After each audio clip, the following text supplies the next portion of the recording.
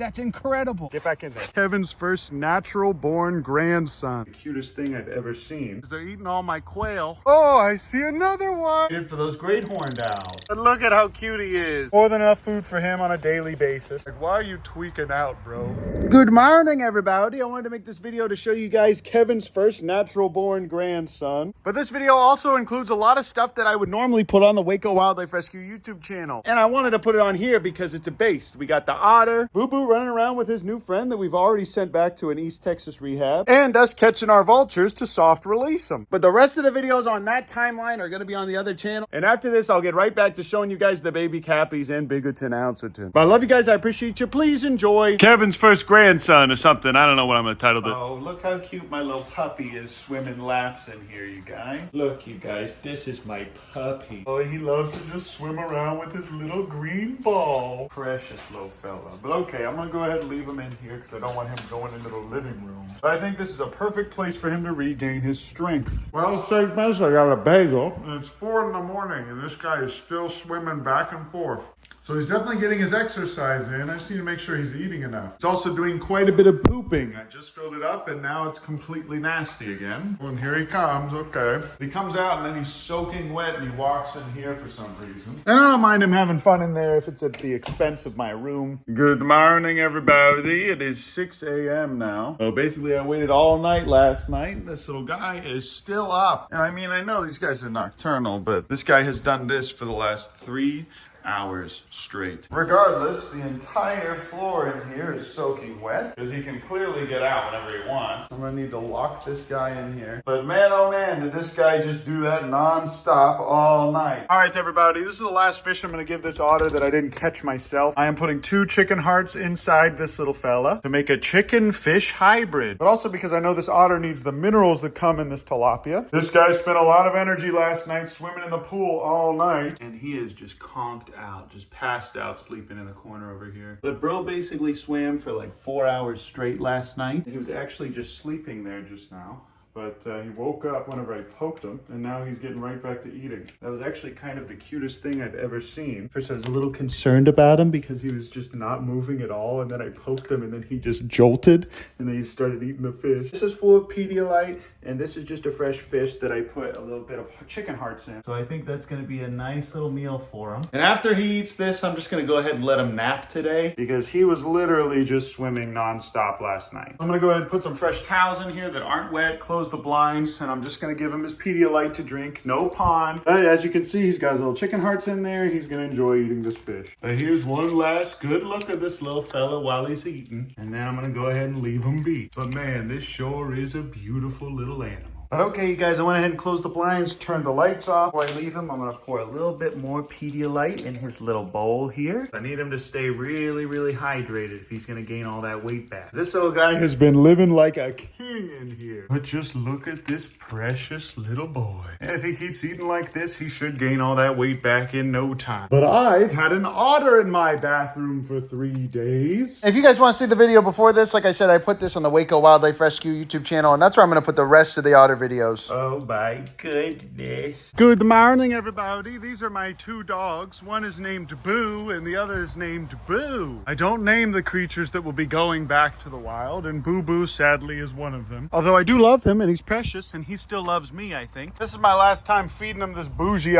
mix. They're too big to be eating this stuff now. And we are out of money for the nonprofit. I just put a bunch more money in there from my own account, but we are actually out of money, which is pretty awesome. We ran through all of that. We have rescued probably about 1,000 animals so far this year. And that includes ones that we've transferred to other rehabs. It also includes ones that we have sadly had to put out of their misery because they would have just probably lived for another week and died a horrible, horrible death. But these precious little creatures now have complete privacy back here in this really natural, quiet environment. And look at my precious little baby, you guys. But look at how cute he is. And this is such a lovely enclosure for them because they have all these flowers and tall weeds to run around in. I think they're very happy in here. He just doesn't really know know that this is the food bowl yet. But all right, everybody, I'm gonna leave these guys in here so they can eat in peace. And walking over here allows both of these guys to be together in the corner, because that other one doesn't want anything to do with me. That's honestly a good thing because it'll help Boo Boo get wild. And they're clearly already starting to like each other more than Boo Boo likes me. But look at this, you guys. This one's pacing back and forth, and Boo Boo's just like, what are you doing? Boo Boo's like, why are you tweaking out, bro? But it's awesome that these two are friends now. But in the meantime, it's probably a good thing that he doesn't like me. Mississippi kite in the cage for today. Being cringe and not eating his rabbit. It's time to finally release this beautiful little creature. I'm talking about it for a while now, but he is definitely ready to go. And this guy is finally starting to turn brown. Take a look at this. And that's why we held on to him for so long, because I wanted him to be fully molted and plumed out before he went back to the wild. The same way that we waited for those great horned owls. This guy just whipped up all this food for Bevo. But all right, everybody, this is what the pond looks like now. And the reason why I moved the cappies out of here was for this. We can actually see Bevo over here and we can see the fish. But look at this precious little guy. And we have these trees fenced in so that he doesn't chew on them. In the mornings, Bevo will wake up and run out of his little house. And also hang out under this tree over here. Plenty of nice shade for him. But we give him this little food, which is just carrots, rodent blocks, sweet potatoes, and apple. He has to come out if he wants to eat it. And Garbanzo Beans has gone full female mode. He looks like a woman now with his plumage. And this is how we found Garbanzo Beans. He actually looked all brown like that. But obviously Beaverton Ounce is very happy out here with this whole pond all to himself, basically. And he gets to come out and have a fresh, nice meal every day. In addition to the willow saplings over here that he's already been munching on. But he ate all the willow saplings we gave him, and he also ate all of these little willow saplings that are actually growing here. This is more than enough food for him on a daily basis. But we still like to go and pick willow saplings and cattails for him every now and then. There is a concerning lack of shade in here for these fish. And I'm sure these little tilapia here don't mind it, but we do need to get a little shade cloth or some kind of netting over this pond. These warm summer months are scorchers. But I'm starting to see baby tilapia swimming around in here too. We'll probably need to aquascape this a little bit more, but these are also all food items here for the beaver. He's starting to get really comfortable out here without us. And also I can hear the peacock yapping. And ooh, I think I hear baby Rhea. There's one right there, you guys. This is a monumental day here at the Urban Rescue Branch, you guys. Kevin's son actually on his own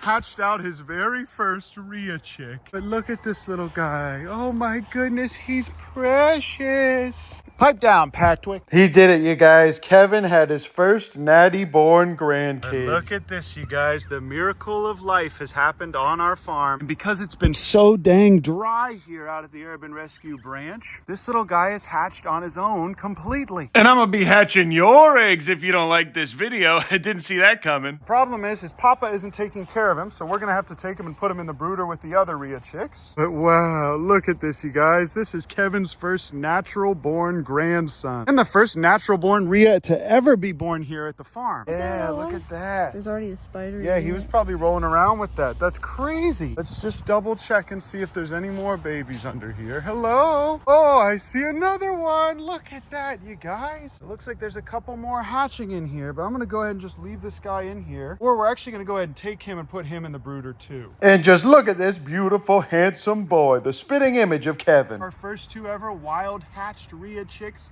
on the farm. As you can see, something's been attacking this little guy. He's got an injury on his butt. So we can't leave these guys out here because even though he hatched them really well, I don't think he has what it takes to be a good father. So I'm gonna go ahead and put these guys in the brooder with our other two Rhea chicks that we hatched not naturally. You guys can see we actually have another one hatching right here. Take a look at that.